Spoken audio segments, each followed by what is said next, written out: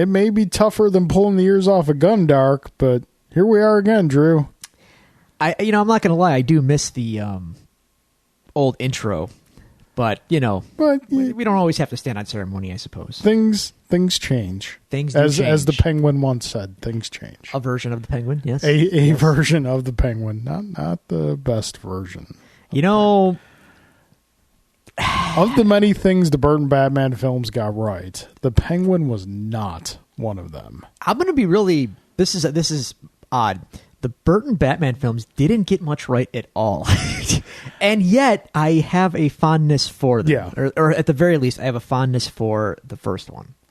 Right. I think aesthetics is yeah. mostly where they kind of hit the mark. I think tone... Although with Penguin, they definitely missed the mark. Well, strictly speaking for 89, tone and aesthetics... Spot on. Yeah. Returns always seemed smaller. Yeah, well, they changed sets, number one, and then because the production designer from 89 passed away. Yeah, Anton Furst. Yeah. And that's it. They should have got someone in the Anton Furst school to take over. Yeah. But in any case, that movie's 89 is just magical. Yeah, maybe it just wasn't able to be redone at that time. Is. Yeah. But anyway. Well, here we are. Hey. We're back-ish again. I've been kind of teasing the faithful. I saw that. Posting cryptic pictures. Is that what that is? Cryptic? Sometimes, sometimes a couple people thought they knew what it was, and they probably weren't off the mark, but then I just throw them a little curveball. There's a little Rick Odie for you, sitting next to little Kitty Anakin. In the words of Roddy Piper, would you say just when you thought you had all the answers, you changed the questions? Sure. I tried spinning. That's a good trick. It was not a good trick. So, okay, whatever. Folks, let's address the issue here. What are we doing back in your ears? We're kind of back. We're not back. We're not back in the way that you remember us, and the way in which many of you have wished we would come back, and we greatly appreciate all those. Hey, we need you guys back. We need you to come back and whatnot. We really do appreciate them. So this is what we're going to do. We are beginning an anthology series. And starting after this episode, we are going to be doing an anthology series on the Star Wars movies. Now, the reason I approached you about doing this is a couple reasons. One, I'm not going to lie, I was kind of getting the itch. Yeah. I missed our conversations, our discussions. We do still have our regular game night. And not for nothing. As regular as can be. I mean, we do a lot of chatting there, but it's not the same. It's not the same. Geek happenings still happen, and just despite our lives being, more complicated than they used to be, we still have thoughts in the feels about said geek happenings. So, right. So this will not be a weekly podcast. What we're going to be doing is we're going to be doing the 9 saga films in order of release. Release. That's important. Yes, in order of release. And our goal is to give you 2 episodes a month. We feel that is a attainable goal, especially since we decided we're going to go super old school Devil's Due, and we're recording these on a Friday night. When we would normally start gaming, we decided to do this. So that's the one. Excuse me. The one of the first things that came to mind is the motivation behind doing this. The second motivation for you all to kind of think on this was a conversation, kind of a running conversation I've been having with one Mrs. Molly Williams. Now, Drew, you're probably asking yourself, who is Molly Williams? Molly Williams is the lovely wife of our friend Adam, who writes the show fairly frequently. And, he's been at a couple game events and whatnot. Molly, until recently, had not seen Star Wars at all. Like, she knew it was a thing. Obviously, like, because of the footprint this thing has in our lives, you can't really avoid it. And then she saw her first Star Wars movie, which was Rise of Skywalker. Oh, my God. What a place to start. Conversations have been had. You know, lectures have been given. How was that decided? Adam has been shamed. Well, they were vacationing overseas, and her choice was, for make a long story short, her choice was go watch Rise of Skywalker or sit alone in a house for like 4 hours. It's the proverbial buy me Bone Storm or go to hell kind of choice. more or less. So, folks, for this, you have Molly Williams to thank, because she kind of got my thought process going in that for as long as we've been doing this show, Star Wars has always kind of been in the background. It's always been brought up. It's been like there have been comparisons drawn against it, and we've reviewed 3 of the films, Rogue One, Last Jedi, and Solo. Yes. And did we not do Force Awakens? I don't think we did. Okay. I'm 90% sure Rogue One was the first one we did. All right. Because I think Force Awakens was before the show started. Yeah, Force Awakens was 2015. I believe we started in 2016. Okay. Hey, if I'm wrong, let me know. If you know more about our show than we do, please which let is us entirely know. possible. Please let us know. So it's always kind of been there, and it's something that we both love, but as we've discussed in the past, we love in very different ways. Yes. You predominantly love the films. Yes, and more specifically, the original, the classic films, trilogy. Classic trilogy. Yes. I love the world as a whole, like all the ancillary stuff that comes with it. You know, not all of it great. I don't blindly love it if it has the name Star Wars on it. Like, you got to kind of earn my love in that. But, like, a lot of the ancillary stuff I do really enjoy. So, what we're going to do is, like I said, 9-episode series. Not necessarily reviewing the Star Wars films, but we're going to take, like, a deeper look at each of the films and kind of explore why this franchise has had the footprint on our lives that it has had. Because as you and I have talked about this in the past, aside from our parents, this is our oldest relationship. Like, as far back as I can remember, Star Wars has always been there. It's been part of my earliest memories. I could get on board with that. Sure. That and video games. Yeah, that ironically. And G.I. Joe for me, actually.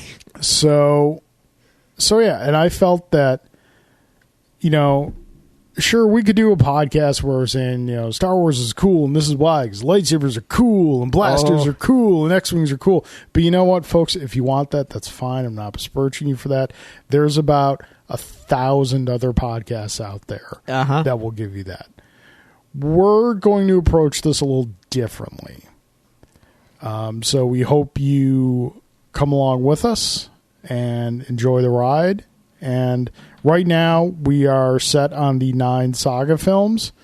If we get feedback or if you guys want, we can maybe do an ancillary episode here and there that deals with either the spin-off films or some other medium that is taking place in.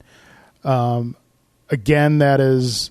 Don't ask me to watch Clone Wars. Yeah, I wasn't going to watch it. I would... There are 3 episodes of Clone Wars I would like you to watch, but that, you know, that I may legitimately ask you to do before we talk about Rise of Skywalker. Okay. Because we'll see. There will be a lot of what would have been discussions coming to that. Okay. So, but again, each trilogy is going to have a different feel to it. Oh, boy howdy. Yeah. Well, I mean, our discussions.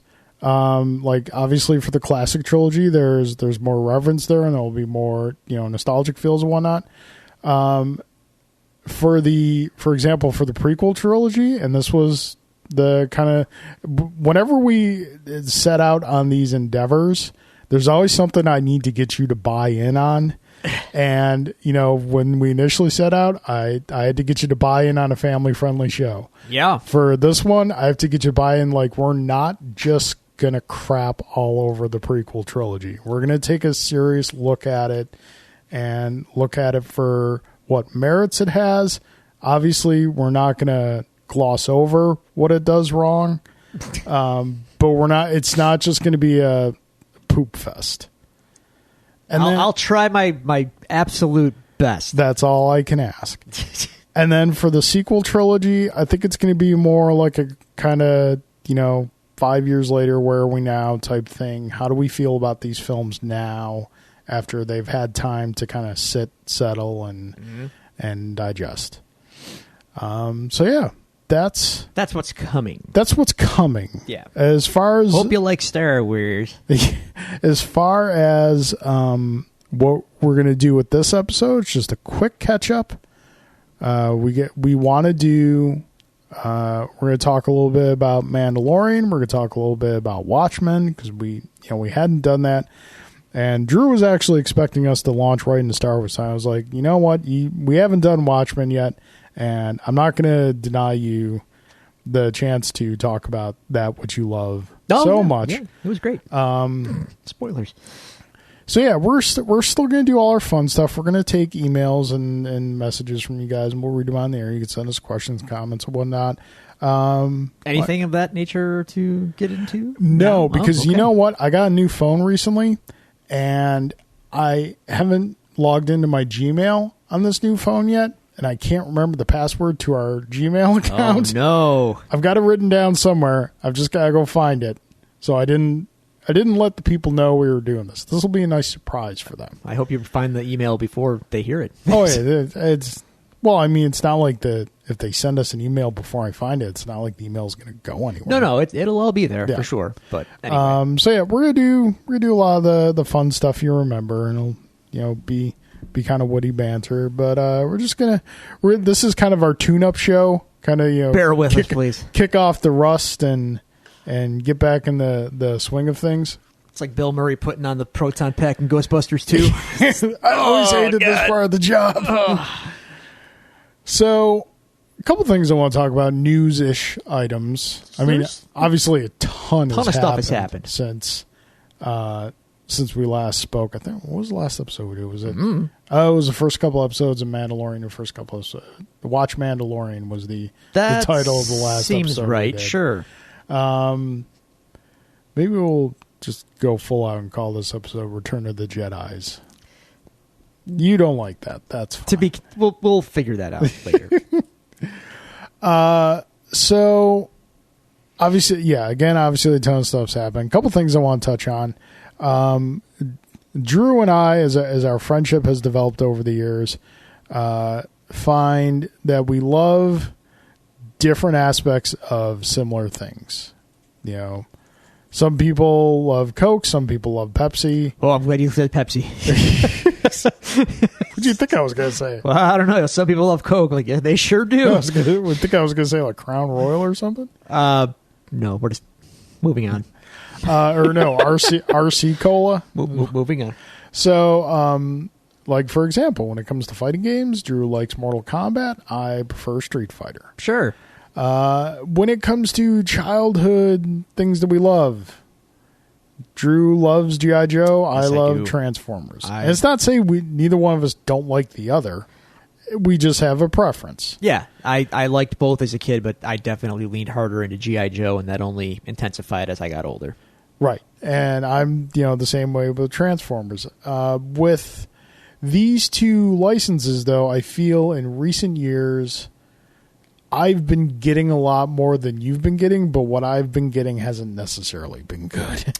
No. Because it's been predominantly the Michael Bay garbage films. Now, there's been some really cool stuff that's come out, around that and whatnot, but not having anything to do with that, because those are terrible. Basically, the thing that you love has had its main pop cultural presentation be those films, and they've made so much money that now that those are like the dominant version of that franchise, and that kind of stinks. It really if I were does. I'd hate that. Whereas G.I. Joe, it's like if Rise of Cobra did really well, right. They decided to keep making them. Right, and if it, and while Rise of Cobra is god awful, and it changed me in a profound way upon seeing it, in a way that made me sadder than sad. At the same time, I would take that 100 times out of 100 rather than have trash bag versions of G.I. Joe be the cultural dominant force that the Transformers movies became. Yeah. I prefer G.I. Joe kind of languishing in obscurity because I can still see all of its unrealized potential and think someday it could happen. Someday. Whereas Transformers, man, the bloom is way off the rose. Oh, so off. We need a major reclamation project out of Transformers now. Which we may be getting.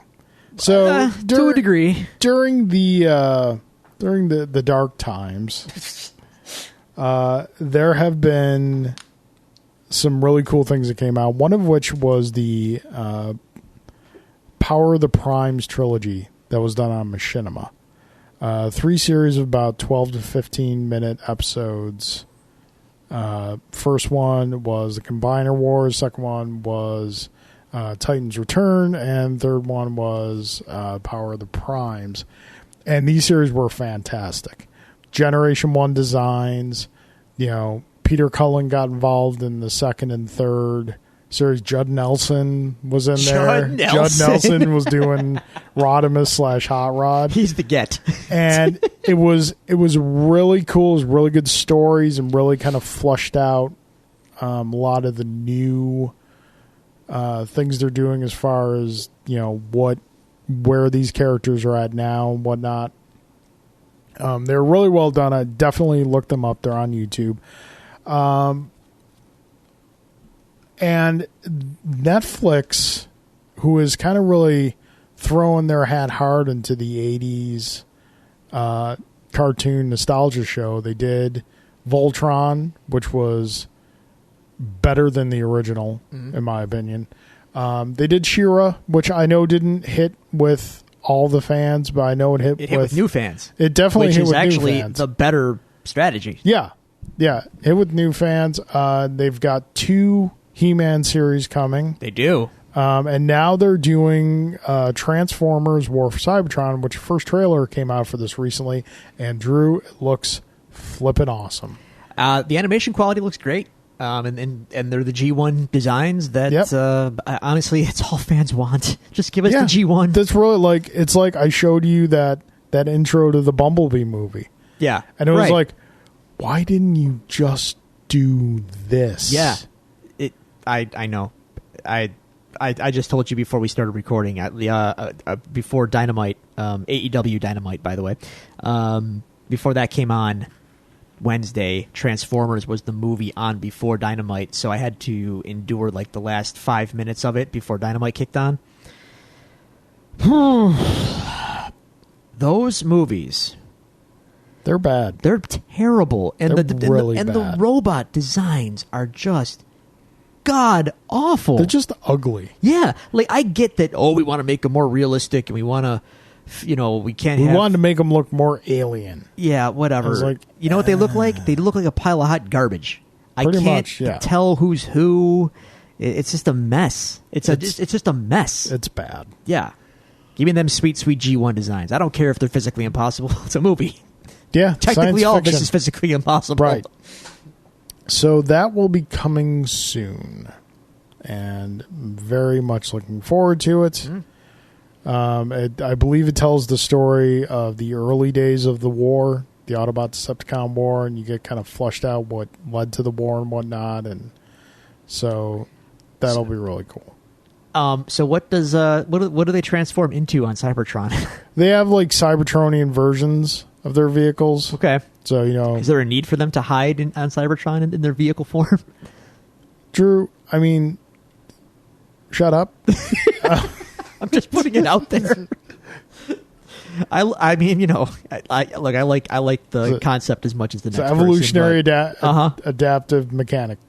It's fine. So just take it for what is. Yep. It is kind of a bummer. Peter Cullen's not on board with this one, though, right? I'm not sure. I don't I'd be think he very is. surprised if he wasn't. I didn't see. I mean, he's not doing Optimus, so if he's not doing Optimus, then Well, his voice is not the classic Optimus that you remember. So I mean, it's close, but close your eyes and I can get there. But it's just it's kind of a bummer. Is like so many of the greats are gone now. Like Chris Latta died.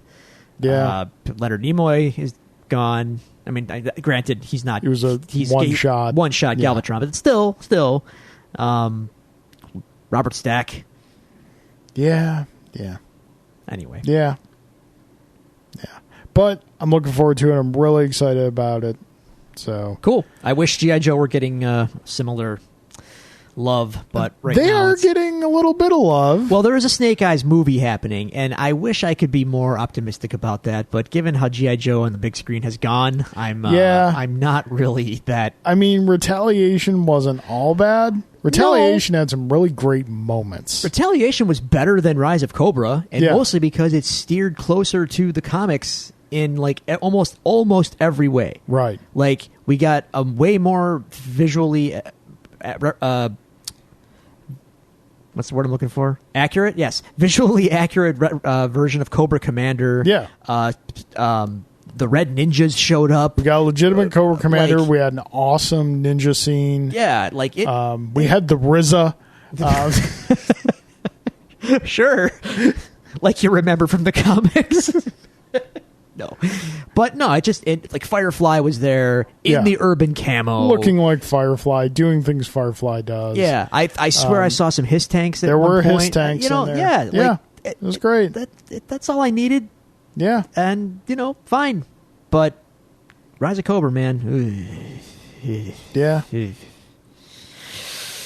PTSD just kicked in there. Anyway. If everyone remembers, we've had oh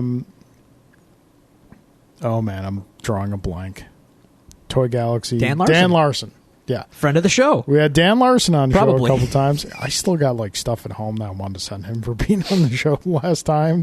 Let's get him back on and talk about these Joe figures. So yeah, he said that there was a rumor going around that G.I. Joe is going to be reintroduced in a 6-inch line.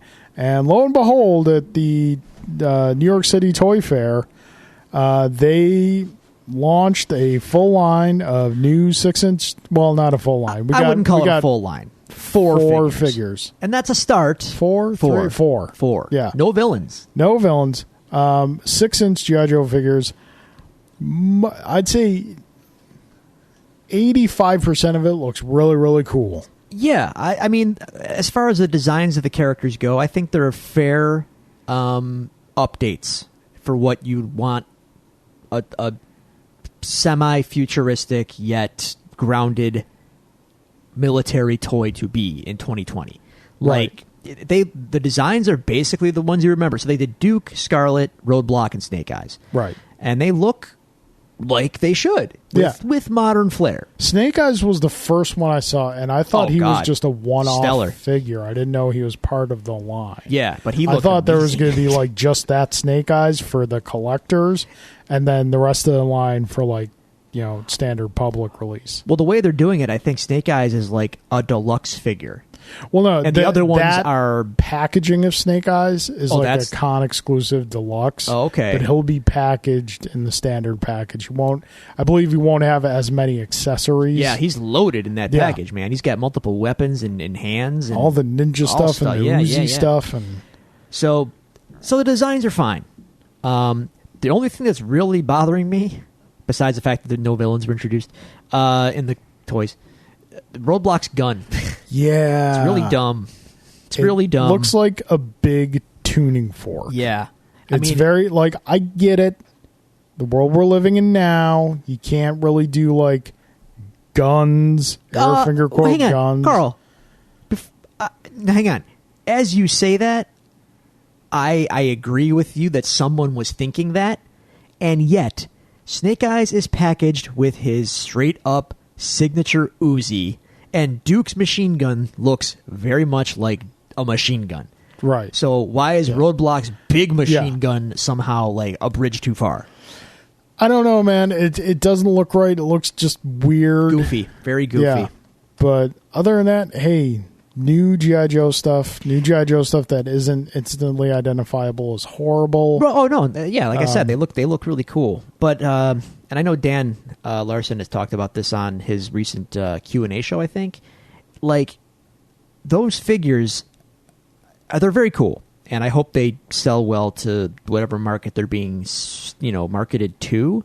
But I don't think that toys are what kids care about anymore. So, like, those new figures are very much for people like us. Yeah. Like toy people. They'll be in the toy aisle like Target and Walmart. Yeah. But, kids in G.I. Joe, I don't see it coming back. I mean, they did just do a new mobile game, which I don't care about, but I mean, that might be that might have more reach to kids than that these toys will, which is a bummer, but that's just unfortunately how it is. Maybe the Snake Eyes movie's really good, and that gets a little reach into kids' minds about the universe of G.I. Joe. I don't know. The world is better with G.I. Joe in it, I feel. But it'll never be like it was. Well, no. Like, I don't know. That toy line captured my imagination like you would not believe as a kid. And I know I'm not alone. I follow that same Twitter account that you do. Yeah, the classic G.I. Joe. Oh, my God. Sometimes they throw things on there like, wait, this was G.I. Joe? Like, it was today or yesterday, like some zombie Echo Trooper. Eco zombies, yeah. I was like, 90s were weird, man. Yeah, 90s were very fluorescent. They were trying to... G.I. Joe. By that point, they were just trying to stay relevant with the toy times, Yeah, I get it. And it's, again, it is a bummer, because when that line was hot in the mid-'80s, man, it was just the best. It was the best. It was great. It was great. No Transformers, but it was great. It was better in Transformers. As a toy line, even I will be the first one to say G.I. Joe is probably the best toy line. I know the funny thing about that, and I say this as someone who has grown up to be very much... I don't want to get too bogged down in any big topics on this podcast, but let's just say I'm not super into the modern American military fetishism that we seem to embroil ourselves in, culturally speaking. Yeah. That is not to say that I do not love and respect members of the military. Definitely. But I feel like as a culture, we have gone really hard into militarism. And I don't love that as a, nonviolent, functional adult. Yeah. Saying that, though, God, I love G.I. Joe. I love that. I love G.I. Joe, man. I always will. It almost feels like it's an overcorrection to the reaction Vietnam soldiers got when they came home, but at the same time, like how do you overcorrect? No, I know. Again, like that? I'm not trying to make a big deal out of it. They get all the love and respect they're due, and I'm just putting my own feelings on the line into perspective. Like by all rights, I shouldn't love G.I. Joe, but I do. Yeah, man, do I ever? Do. I think it's the villains, to be honest with you. It's great villains. They're so magnetic that they sell the whole line. I'm sure that there will be villains introduced in the line before it hits. Oh shelves. Yeah, the villains are too good. You probably get Cobra Commander, Baroness Storm Shadow, and either the fourth one. My bet would be either Destro or Zartan. That's a very safe assumption. Yeah. If you want to throw me a Firefly, I will be very okay with that. Maybe some Dreadnoughts. Maybe some Dreadnoughts. Dreadnoughts? Yeah. Yeah, Dreadnoughts. You think I would know this? Well, it's been a while. It's been a while since Cold Slither released. Oh, dude. I saw... Okay, so you're hip to memes, right? Yeah. I saw there's a new meme going around where it's like someone in a crowd of people at a concert, and they have a sign that says, "Your music saved my life." And then usually it's followed by a picture of some band of some kind. Yeah. I saw one of those where it's someone holding the sign, "Your music saved my life," and it was a picture of Jem and the Holograms. And I just thought, that, but Cold Slither. You're right. Right. Oh man, someone make that happen and send it to the show. Okay, let's talk about a couple shows that. Oh, we're just gonna dive right into this. We're just gonna dive right into it. We don't want to talk about anything else. What else you want to talk about? I don't know. Batmobile. Yeah, we can talk about the Batmobile. I mean, looks great. Dude. Again, you know me. I know you. I'm kind of Batmaned out. Have been for a long time. Yeah. And yet, I saw the new Batmobile, and I was kind of like, dude, this suddenly... You had my interest. Now you have my attention. Yeah, I don't know. Why does this get my attention more than previous iterations do? And I say that because I didn't really like the suit reveal at all. I thought it looked kind of bulky and armory and goofy, and I'm not into that. Yeah. I like a more sleek Batman, personally. Mm-hmm. But I saw the picture of him standing with the car, and I was kind of like, all right. I like this. I like this. What's going on here? I like that it looks like it was built from a real car. Yeah. It looks like he literally took a Dodge Challenger, tore it down to the frame, and then just rebuilt it from... the ground up to suit his purposes. I do, however, question the tactical advantage of an exposed engine. Yeah, I was going to say that. Then again, it's no more or less unrealistic than a turbine-driven Batmobile that Michael Keaton had. Fair enough. Because, one stray pebble into the turbine and his whole car goes boom. So, yep. We got to suspend a little disbelief here. I get you. But I don't know. It just seems like the pictures were very, very professionally done. Yeah. And everyone was very quick to judge the set pictures of the stunt double on the motorcycle in the suit. And yeah, it looked a little goofy, but you're talking about a stuntman in a stunt suit. Right. That is probably only going to be glimpsed for like milliseconds on film. Yeah. And something that looks like a legitimate bat cycle. Yeah, right. But people were crapping on the suit as well, and it's like I can't judge that until I see. We haven't seen. No, I have to see Pattinson. We haven't seen the reveal. actual full suit reveal yet on Pattinson. Right. Yeah. So, but he's in those pictures with the Batmobile, and it looks very cool. Yeah. And my only thought, and I don't know, maybe this is why I'm so like surprised that I'm as into this as I am. Like, I know nothing about Robert Pattinson.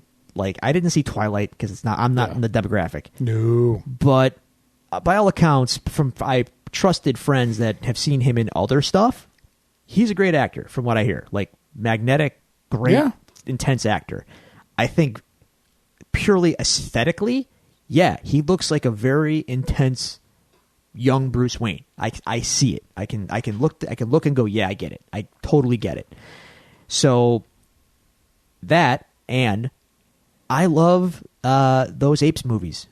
And Matt Reeves did the two good ones. I mean, not that the first one wasn't good with James Franco, but it was like the second two that was like ratcheted. Yes, the first one was like the proof of concept, and then the Matt Reeves ones where it's like, oh no, this is what we can really do with all this. Yeah. So I like the director and I like the car. So it's kind of got my okay. All right. What are we doing here? And I guess what I want to see now, I want to see the city. Yeah. I want to see Gotham. I kind of hope they take a cue from... I haven't seen the film yet, but of scenes I've seen from it, I kind of hope they take a aesthetic cue from the Gotham City we see in the Joker film. 70s, dirty-ish. I'm not sure if you're going to get that, but maybe you will. I know we won't get an Anton Furst style Gotham City, because frankly, I don't think that car, that suit design fits that aesthetic. It doesn't not fit that aesthetic, but I just don't think there's any. It would take a Tim Burton-esque director to get us back there, and I don't see Matt Reeves doing that. But that said, I do hope it has more flair than, and this is not meant as a statement on the films. I just hope that Gotham has a little more flair than the Dark Knight movies, where it's just like, oh, it's Chicago. Yeah. I like Chicago, and for those movies that were very grounded in, and I'm air quoting, reality, right, that works perfectly fine. Mm-hmm. But I like steer a little bit. It's like we talked about when we saw Justice League. The moments where it's steered into the fantasy are the moments that we enjoyed the most. See, like, this is a thing with Batman that Marvel doesn't really have, and I'm a Marvel guy. I'll say that. But the thing with Batman, and I'm like, again, I'm very Batmaned out, but the thing I can't deny about Batman, and part of the allure almost, is like his universe, Gotham and all that, it's almost like a fairy tale. Like it is a mythic little world unto itself, and everything in it has a magnetism about it that you can interpret and everyone knows. Right. And there's just something about that that's really interesting. And if they do, like, making it Chicago is a little less interesting than like, oh no, Gotham is this crazy, weird Gothic architecture place with, all this history, and you can just see it in every nook and cranny. That's what I want to see.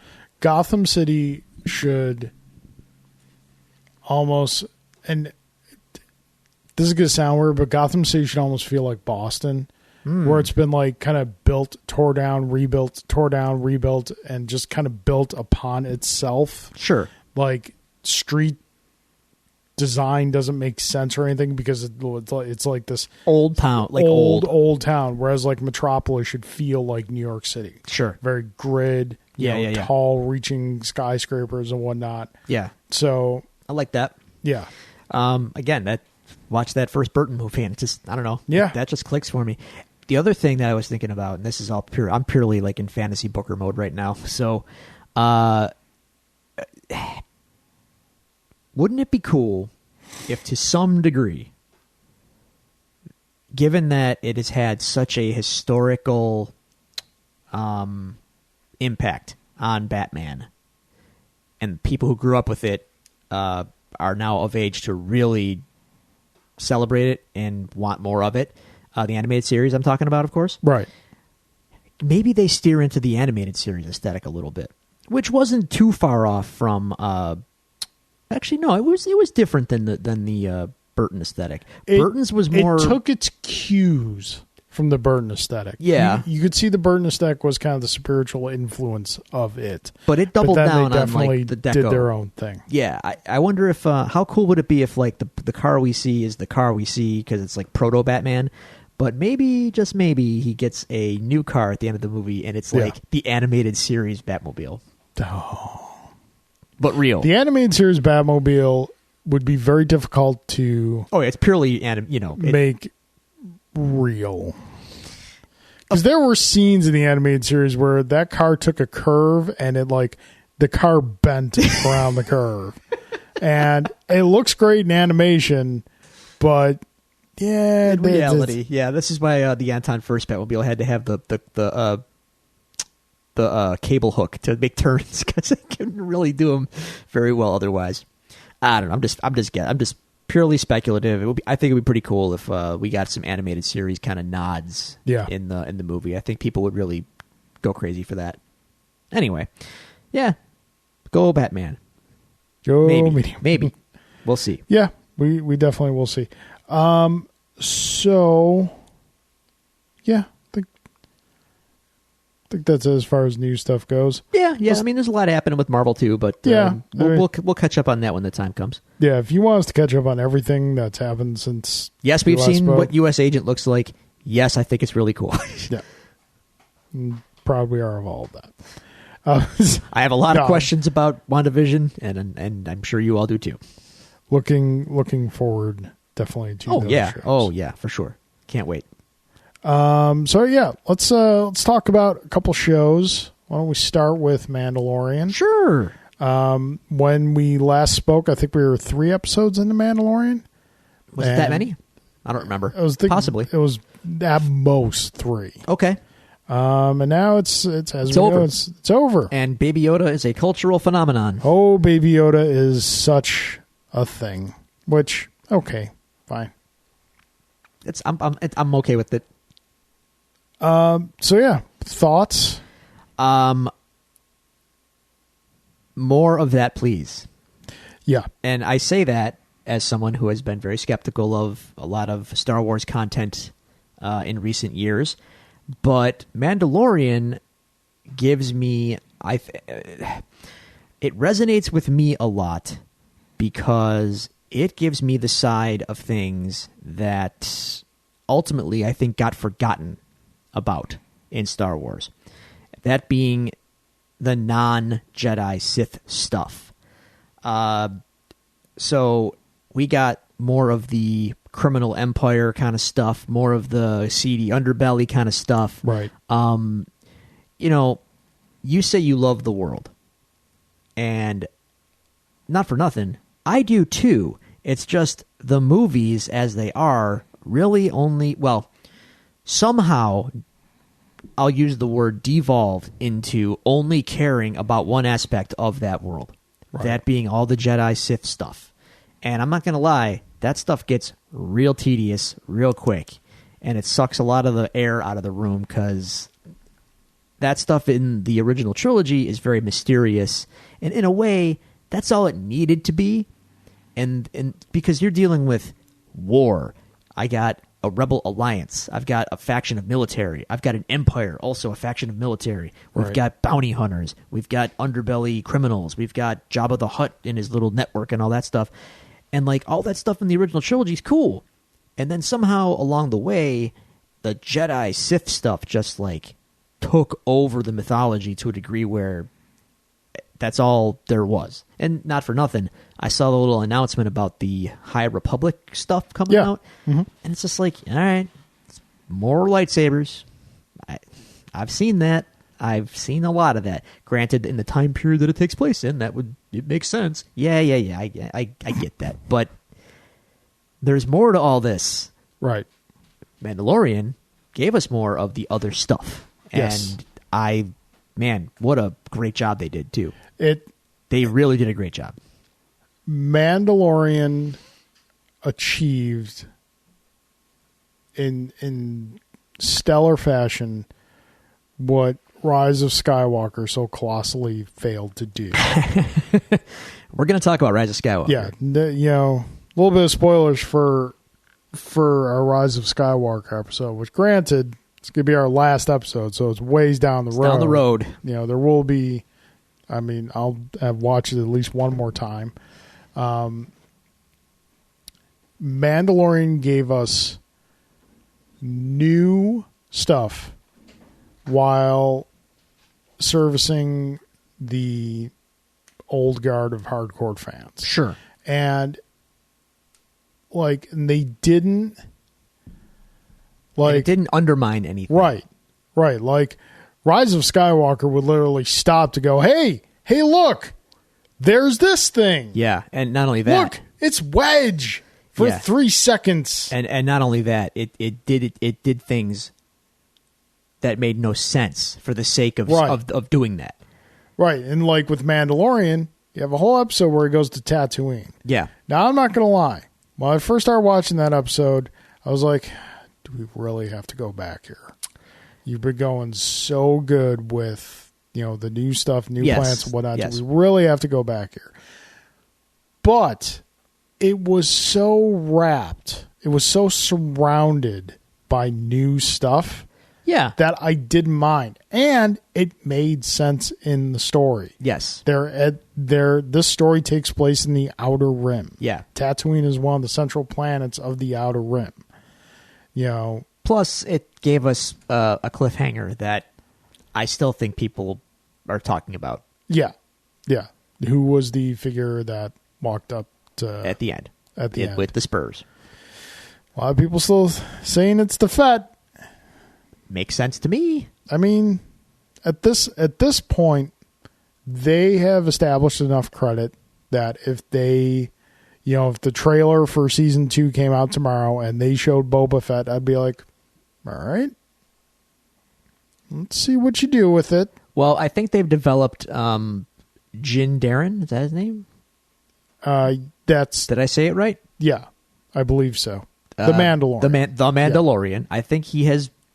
I think in that first season, we have now established who he is and his motivations, and I think we like him quite a bit, actually. Yes. And I think they're kind of setting it up, if that was in fact Boba Fett. I think because this is kind of a Western too, right? We might end up with a little showdown between Boba Fett and our Mandalorian. And not for nothing, I hope our Mandalorian takes care of business. Yes. Because he's proven himself to be way more capable than Boba Fett ever was. True. I like this Mandalorian. I do too. All the characters in this were great. Yeah. Kulik, R.I.P. Oh, Quill. Yeah. He has spoken. He not so much anymore. No, oh man, wasn't that? Oh, that was like I was like, maybe he's just stunned. The tongue hanging out of the mouth is not a good sign, but maybe he's just stunned. See, what's amazing to me is that we're even talking about this in such reverent tones. Like that show made me feel something for this weird Ugnaught guy. Yeah. Like I couldn't tell you. I could in the new trilogy. I'm sorry. How many things that really emotionally affected me? Not too many that weren't things I already knew. Like Luke Skywalker dying, sure, that got me choked up. New character beats? I'm sorry, not really at all. Yeah. So Mandalorian presents me with new stuff that I'm like invested in and I care about. IG-11. Yeah. Good little self-sacrifice there. That last episode, man, I was rolling tears. I know. Carl Weathers. Carl Weathers gained 15 pounds from all the scenery he was chewing. But God bless him. I'm fine with it. I am okay with it. Is like just Mando. Mando, you're a legend, Mando. Like I thought that was a little hammy in the beginning, but then when you get in the later episodes when he comes back and like he's talking like, come on, baby, do the little magic hand thing. I'm like, Carl Weathers, I love you. Can we talk about how Carl Weathers almost lost a hand in another franchise? Right. Lost his hand in Happy Gilmore. Lost his arm in Predator. Almost lost his arm in Mandalorian. Yeah. They knew what they were doing. Yeah. Sean Bean and Carl Weathers' hands. John Favreau knew what he was doing. Yeah, he did. The Rebel shock trooper. I don't know her name. Carla Gugino. Yeah. Carla Gugino. I'm an idiot. No, what's her name? See, now I gotta look it up. Now I gotta do. It's like Carla Gugino, but it's not Carla Gugino. No, it's. Gonna hate this when I find it. I know. I feel really like a jerk this now. Character. I know. Gina Carano. There it is. I knew it. It's like Carla Gugino. You see how I can get confused? Yeah. No, I see how you scum. I don't know how to spell Mando. You don't know how to spell Mandalorian? Shush. Okay. In fairness, it's not even though he calls him Mando, it's not spelled Mandalorian. I was not putting Cara Dune. Cara Dune. Okay. Great character. Got it. Yeah, she was good. So yeah, all these characters are really great. I can't and like the Baby Yoda. Great. I love the fact that minimal CGI was used on it. Yeah. That, 98% of the time it is a puppet. Now, see, you would think that I wouldn't like Baby Yoda because it seems like such an exploitive thing that as soon as I saw it, I was like, oh, crap, they're doing that. Yeah. Oh, Drew is going to hate this thing. And yet, it was done in such a way that I didn't. Yeah. Like, you're doing a lone wolf and cub thing. Fair enough. And it works. Like it's not like look, it's not an Ewok. You know what I'm saying? Like it's not an Ewok. It's not Jar Jar. It's Baby Yoda. It's not Jar Jar. And Baby Yoda gets some shine. Like as soon as he's in pushing the buttons in the cockpit, I'm just like, all right. Even I'm not immune to this. As parents, we've been there. Yeah, and we get it. He picks him up, puts him on his lap. Yep. That resonates. Dang it, you got me. And he gives him the little button thing. Yeah. He's going to get a helmet at some point. You know that. Hope so. Are his ears going to stick out of it? I genuinely hope it is, and I don't expect it to be, that it is not actually like a clone of Yoda. Yeah, I have no idea where they're going. I think if they say if it's a clone of Yoda, then that's might be out. That might. If I'm going to start knocking it, one thing that still doesn't sit right with me is the portable carbonite chamber, because I feel like even in Empire, that was at least I took it to be, as I understood it watching the movie, that had never been done before. And it was a very risky idea to try to freeze someone in carbonite, because it was used for, shipping of physical goods, but not people. Well, so, I mean, you figure, okay, so Boba Fett takes Han to Jabba. Yes. Whole bunch of questionable characters in that palace talking. Word gets around and say, "Hey, you can freeze people in carbonite." You can freeze people in carbonite. It works. All right, bounty hunters' jobs just got a lot easier. I'll follow you there. Okay. Trying to think of anything else before we move on. Yeah, if they make Baby Yoda a clone, that's going to be a big sticking point for me. I'm cloned out. Just have him be a child from Yoda's race. Yeah. That's all you got to. I mean, and make it. That way you can keep his race mysterious.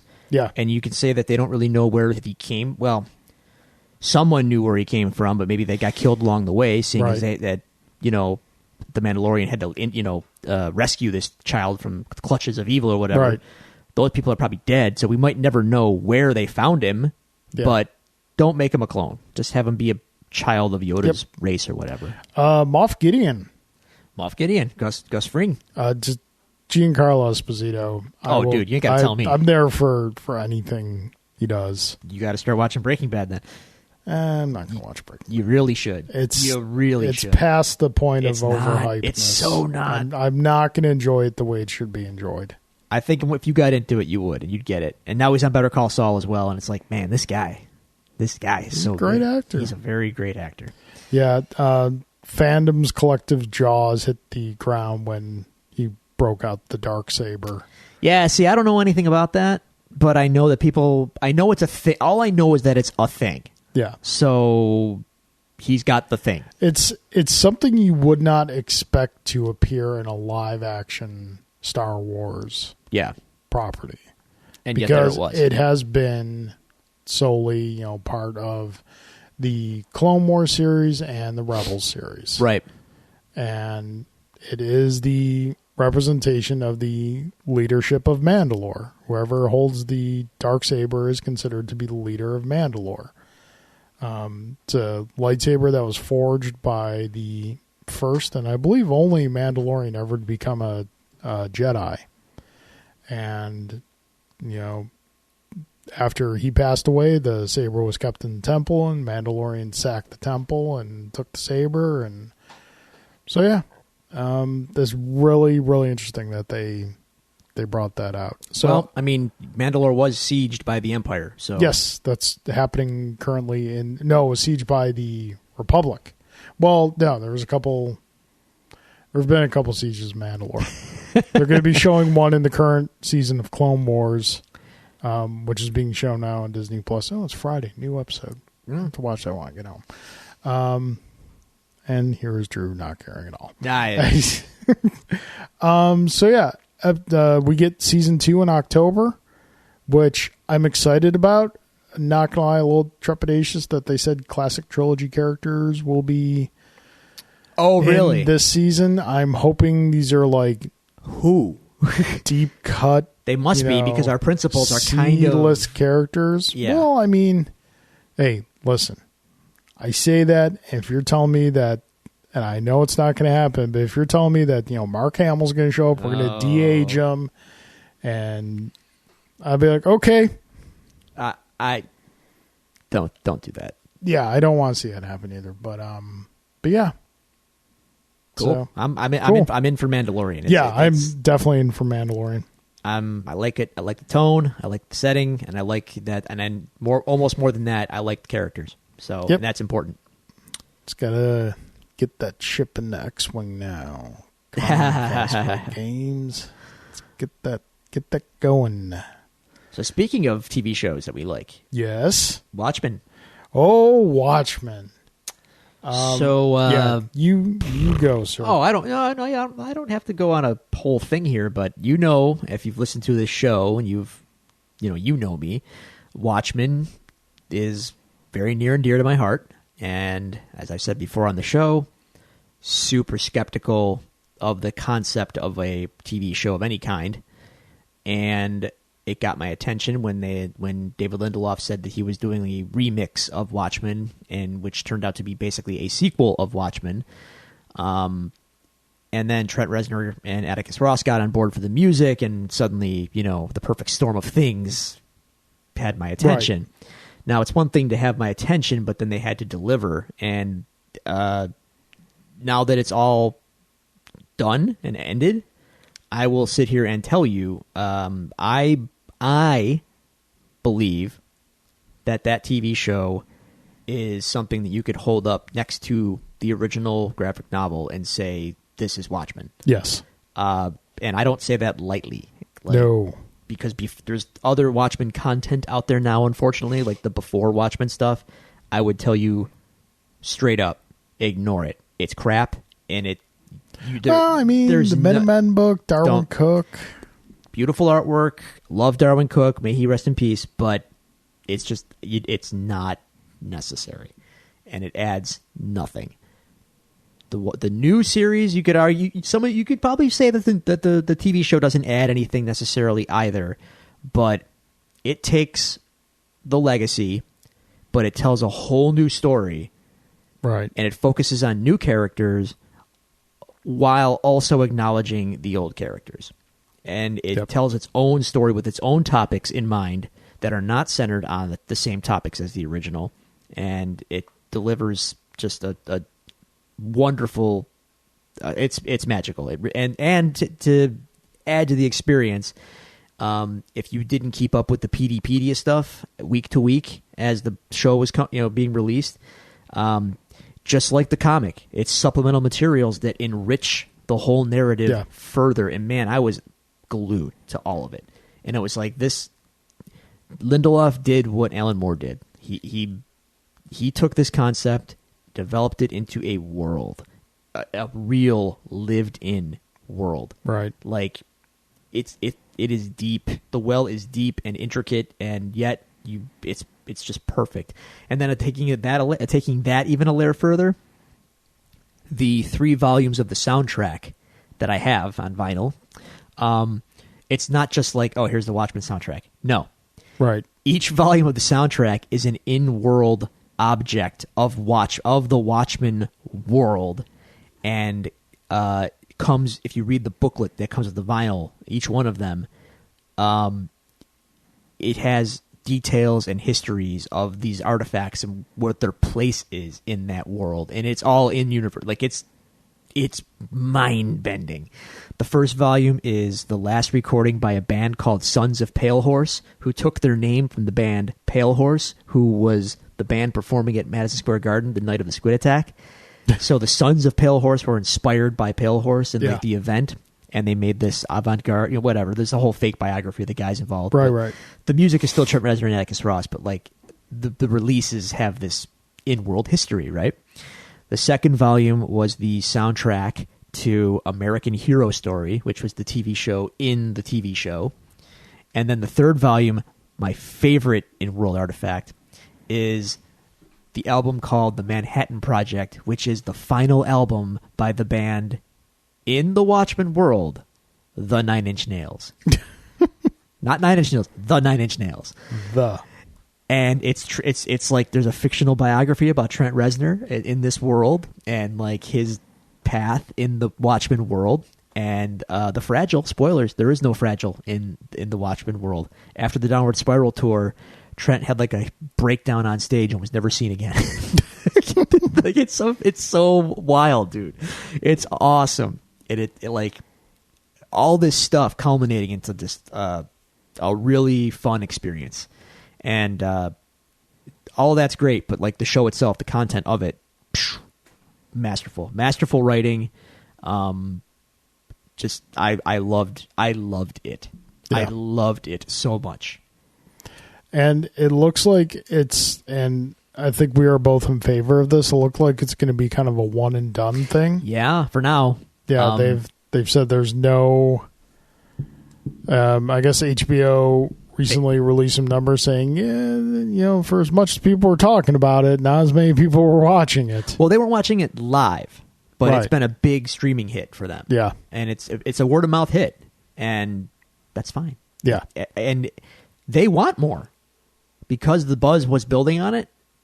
But Lindelof basically said, if I don't have the idea to do it, I'm not going to just do it to do it. He learned his lessons from Lost, you might say. You could say that. And I number one, good, smart. Right. Number two, good on HBO for honoring that as well, saying, all right, well, we'll wait for you. Honoring it so far. So far, if they get the itch, sure, they could. We demand more, and that would be a shame because I think you've really done something truly special, and I hope artistry can win out here, that they can acknowledge that they've done something very special. Right. Don't know if they will, but for now they have, and it's amazing to me that this thing exists and went off so well. Were you disappointed at all that we did not get a Night Owl appearance? Yes, but no.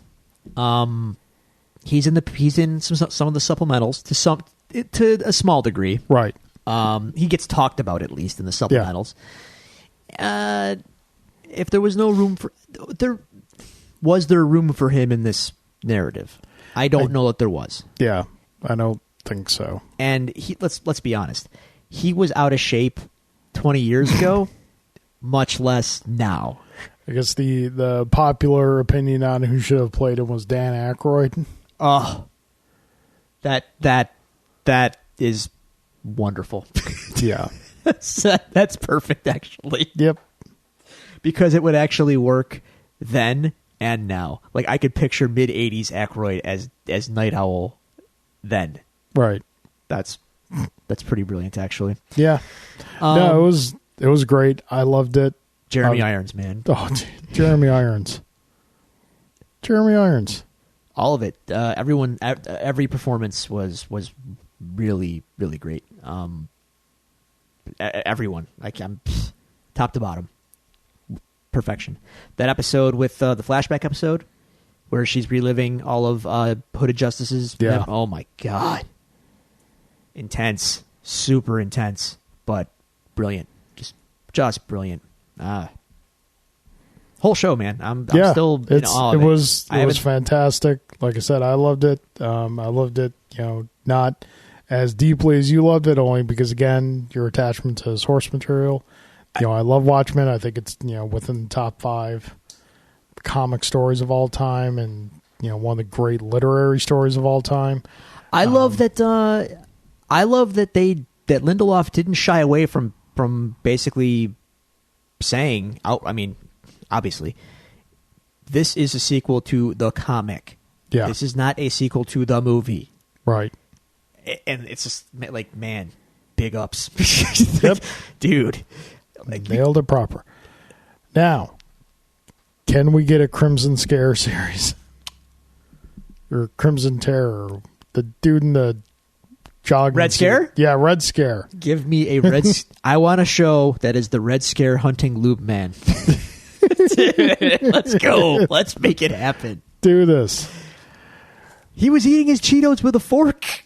He was. That's a life hack, bro. Civilized. So, okay. It's so good, dude. Before we rolled tape in the digital sense of this, I posted a picture of us doing on our Facebook page. Uh-oh. We quickly got a text of questions from one Mr. J. Gelsomino. Oh, God bless him. Here we go. Questions this week. Drew and Carl. Hi. What are your thoughts on 30 Seconds to Morbius? It works on so many levels. Jay is a master of the linguistic arts. I'm just going to put that out there. Morbius trailer does nothing for me. Like, it's... Dude. Yeah. I have nothing. Moving along. Carl, are you freshly squeezed? Yeah, I suppose I am at this point.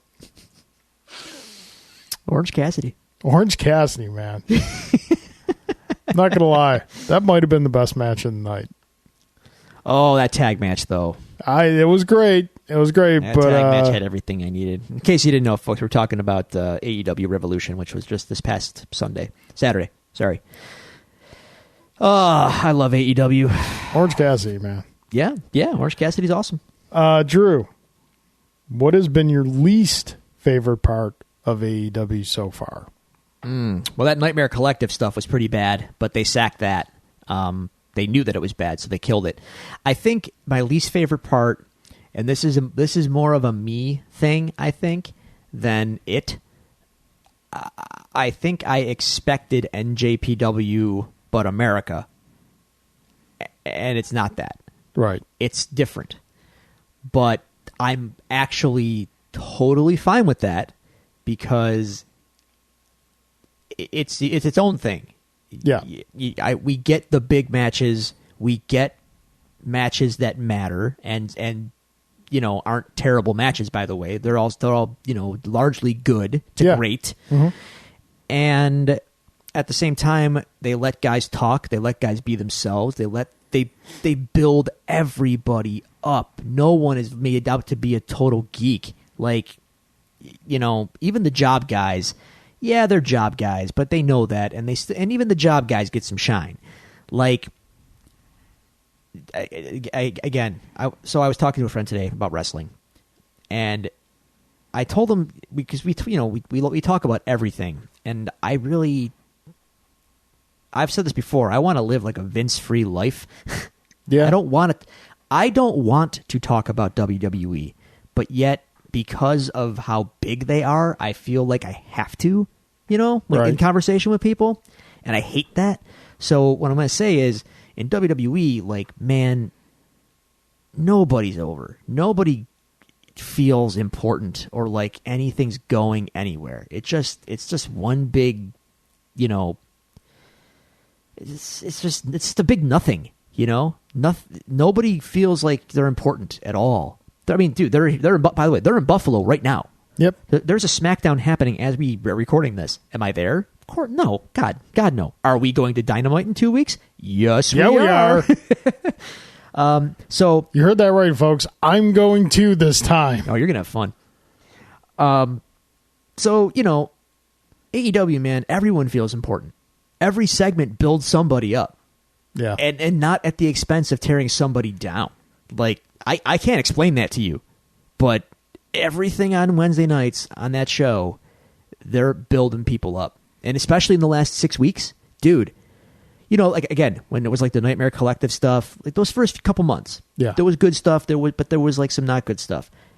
Once the calendar turned, I feel like 2020, they have been on a roll. They are rolling. Yeah. They got their stuff established. They kind of figured out what wasn't clicking, and now they're just like, okay, here's what works. Here's what we've established all these guys and their relationships and their dynamics, and now we're just letting it roll. And it seems to be working really well. I know I am entertained every Wednesday. So anyway, my least favorite thing was the Nightmare Collective, and they swept that aside. What did you think of Jake the Snake showing up this past week? Okay. Unexpected. I'm apprehensive only because of his reputation. Yes, I'm very concerned about it because I saw the documentary. Yes. And I'm very concerned about him getting back into the life. That said, the life that was is not the life that is now. And I don't just mean him. I mean the business. Yeah. He's not in the 80s WWF locker room with a bunch of, crazy juiced up 2 foot tall pile of cocaine in the corner that says, that's not the life. Yourself. That is not on the road 300 nights a year. No, that is not AEW. The talent there and the guys now are way more chill, and AEW is once a week. It is not. They don't do house shows. Yeah. So if all he's got to do is show up for TV once a week and live his life as best he can, I hope it works. So that's my concern about Jake the Snake. That said, what he delivered on Wednesday, Jake you still got it. Yes. Oh my God, he was fantastic. Only, that's a guy who can he can talk you into a room, barely raising his voice. Yep, he's fantastic. Probably one of the top 5 microphone workers. Yes. Oh yeah. In wrestling history. And think about it, like at the time he was doing it, you had Hogan and Macho Man and like the Warrior screaming and yelling into the camera, and Jake got you with a like he got you he had to get him real close, and he just whispered, and it was scared the crap out of you. He's so good. So I really hope he can keep his head on straight, and if he can, that guy is he's gonna add so much value to that to the whatever he's doing. He's adding value.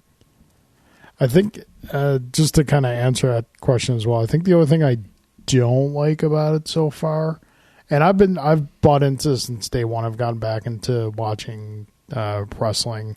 The only thing I don't like about it so far is the split screen commercial breaks. Yeah, because it seems like they're missing a lot of big things happening. Yes and no. I feel like if they didn't do it, I wouldn't feel like I was missing anything. Right. Because what I don't know. Right. But because they do it, I feel like I'm missing it, and I want the commercials to go away. Right. Yeah, I know. I feel you. So, but such a great roster. But some guys exploit that though. Like Sammy Guevara has made a thing of that, where he brings out the signs. Yeah, brings out the signs. Like, hit me up with the like, hey, Salma Hayek, hit me up. Really, really glad he got rid of the panda head. That's fine, dude. He's killing it. He is killing it right now. Got a great persona going. His in-ring performance is stellar. A couple of the ones I really gravitated to initially was Darby Allin. He's ascending right now, dude. Yeah. Oh my God, that tag the tag to himself on Wednesday. Yep. They're strapping a rocket to him right now. He's over. Obviously I was uninitiated when it came to Orange Cassidy. Now you are initiated. Now I'm aware. If Hangman Page got a personality, he's Leviathan over, dude.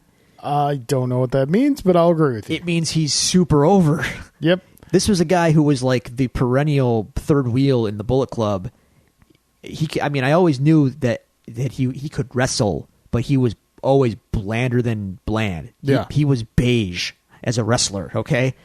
Now, the drinking problem, he's amazing.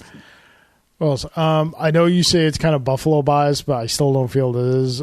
Butcher and the Blade. Yeah, I really enjoy. They kind of like grew on me as I like their look. If they treat them seriously, I think it's going to be really cool. By the way, they get their food from Eat Right Foods, the local meal prep place. I checked Eat Right's Instagram account and I saw pictures of them there, like picking up their food. I'm like, oh my God, it's Butcher, Blade, and Bunny. What do you know? Cool. In Buffalo. So yeah, fun times. The only other thing I would say is that I don't like, my least favorite thing. Kenny's not, God of the Earth in NJPW. Yeah. But you know what?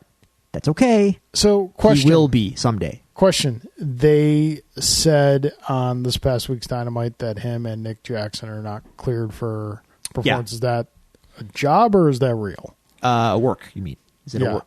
Job is a loser. Sure. Yeah. It's a work. Okay, Nick. So I want to see them. I want to see Kenny Omega, Drew. Nick Jackson is on Baby Watch. His wife is due any day now, so he's in a holding pattern.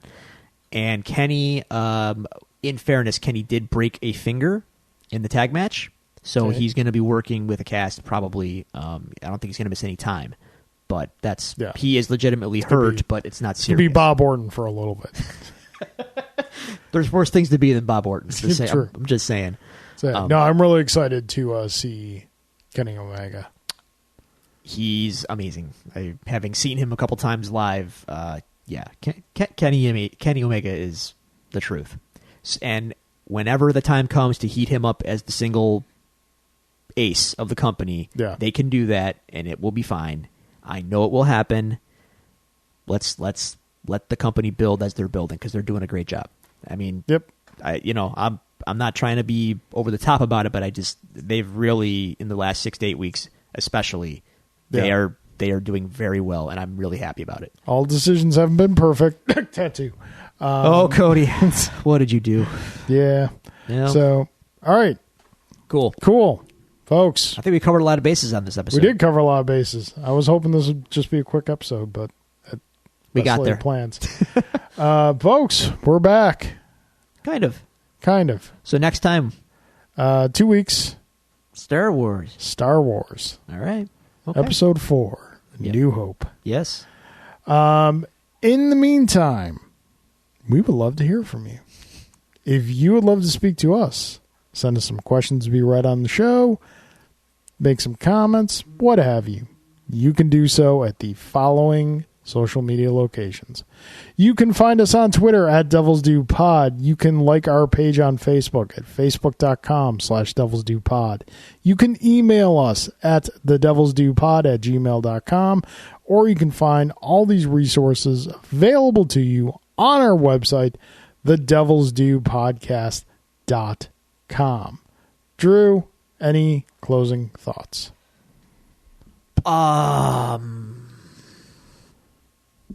Watch for us in 2 weeks on Dynamite. Sure. March 18th. Watch for us on Dynamite. We'll be in the crowd somewhere. We'll be the one with the Buffalo stuff on. I'm sure a lot of people will have the Buffalo stuff on. Yeah, that's true. Fun fact: did you see the guy with the Buffalo jersey on at Revolution? Yeah. Was it Revolution or was it was Dynamite? Dynamite week before. Yeah. Yep. Go figure. Why not? We're gonna have fun. Yeah, and it's gonna be a good time. Our next show should also be fun. So help me, Obi-Wan Kenobi. You are my only hope. Yeah, and whatnot. Come back and join us. Try you must not. Do or do not. There is no try. But we prefer you do. Yes. All right, folks. We'll talk to you next time.